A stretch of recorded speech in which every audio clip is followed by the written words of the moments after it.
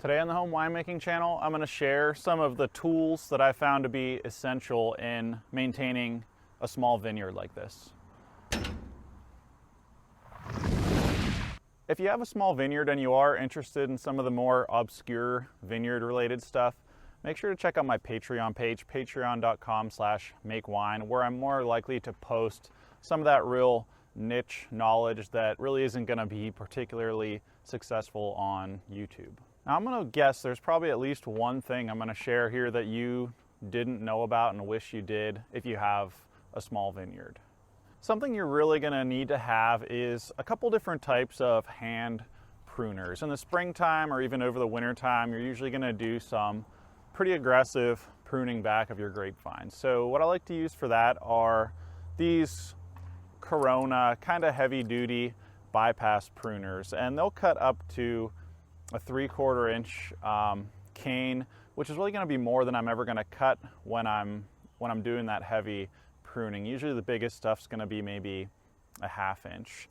But when it comes time for harvest, these, while they do work to snip off the grape clusters, they're almost a little bit too big, and you don't really want to like chop your finger off with these things. So for that, I really like to use these little kind of cheapo hand pruners. You can get 3 packs of these things for like $10, and I like to have 5 or 6 of these laying around, because if I can get any help during the harvest, I'm going to take it, and I want to be able to hand these things out like candy to people so they can snip these clusters and go right up the rows. Now I'll put a link to any of the stuff that I mentioned here in the video description if you want to purchase these yourself. Some of the work in the backyard vineyard requires a lot of cane positioning. I'm trying to kind of position these upward. This is a vertical shoot positioned row. Naturally the vines kind of want to drape a little bit. Now I used to use these Velcro little tie things. They work if you had a couple vines, but they can choke out the cane, so you don't want that. What I've since found to be like the best thing ever is this tapener, it's called. So this takes a vinyl piece of stretchy, basically tape without adhesive. You can click it once, it pulls out the tape, and then just find the cane you want, click it right over it, staples it, puts it in place, and it stretches so you don't have to worry about it kind of girdling that cane. This is a Max brand tapener. They're kind of the gold standard in these things. I think they cost about $90, and a few rolls of tape and staples. If you've got a little vineyard like this, they're going to last you like forever, basically. And it really just makes the job of tying so quick, way quicker than trying to fiddle around with tying anything or Velcroing anything. Kind of along those same lines, I've found I've always tried to figure out a good way to button up my netting so that a bird can't get in underneath. Normally I have a few holes, and maybe one or 2 birds a season might get up in there. That's really not something you want. So I found this retail tagging gun. So this is a loop style tagging gun. It's from Avery Dennison, and it's called the V-Tool.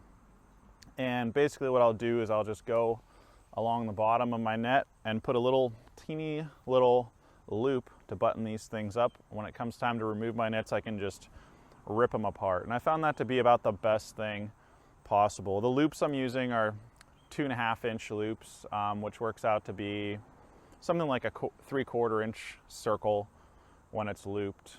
These are, I would say, a little expensive for what they are. They're something like $80, maybe even a little bit more than that. And then you're gonna have to spend about $40 on all these loops, but you get 5,000 a pack. So you're looking at less than a penny per loop once you make the initial investment. I've heard some people use their tapener to close up their nets, but I haven't found that to work so well. I don't really want to get any staples across my net strings, because then I'm just gonna rip them and kind of destroy them when I'm taking them down. Once the harvest gets near, you're going to want to start taking some measurements on your grapes. And a lot of times if you're in the basement winery, you're going to use a hydrometer to get your sugar levels. But the problem with that is you need something like 100 milliliters of juice, or maybe even a little bit more than that to get a vial full so you can dip your hydrometer. So what works really good when you're working with smaller samples is this refractometer. So it uses the bending of light to determine the sugar levels of the grapes. Just put a couple drops on this little glass, flip it down, hold it up to the light, and you can see how much sugar is in those grapes.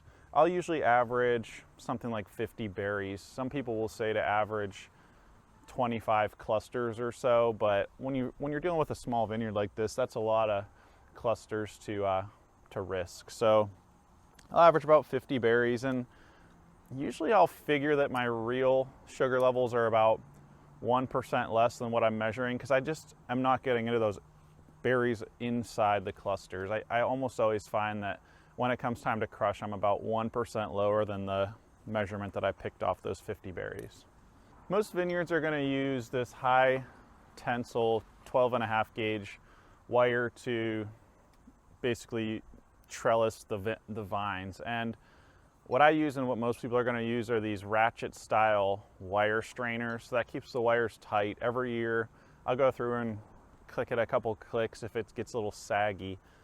And what works really well for that is going to be your wire strainer handle. It's a tool that you could probably get by without. You can use a wrench on these things. So if you only have a couple wire strainers, probably not necessary. But when you've got 20 or 30 strainers you're going through, these wire strainer handles are really nice. You just throw it on the strainer, click it, ratchet it.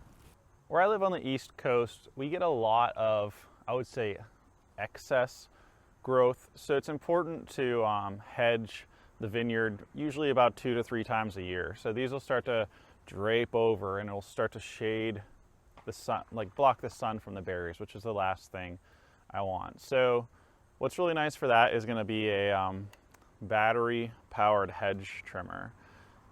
It has plenty of battery to run through this whole little vineyard. Whatever your drill brand is, my drill brand is Makita, so I have a Makita one, but I just buy whatever brand your drill battery brand is, so you don't have to get a whole new set of batteries for these. Another thing, almost no matter really where you live, but especially on the East Coast where we get a lot more rain than California gets, you really can't have a backyard vineyard without doing some sort of spray. You're gonna have to spray for things like downy mildew mostly. You're gonna have to spray a little bit for insects. There are certainly some organic options for that. That's up to you if you're gonna do that. But what I find to work really good for this would be, at least at this size of vineyard, is a backpack sprayer. This is a 4-gallon Field King Max. And I put a wand extension on it so that it just keeps me a little bit further away from the spray cloud. I found these yellow fan tips are about the best tip for what I do here. It seems to spray at a good enough volume to really create a mist cloud that kind of penetrates into these berries. It's really something that's important, is you really have to get spray penetration, because if you're not penetrating those clusters, I mean, it'll wipe out the whole vineyard. Like, there won't be any berries come fall harvest.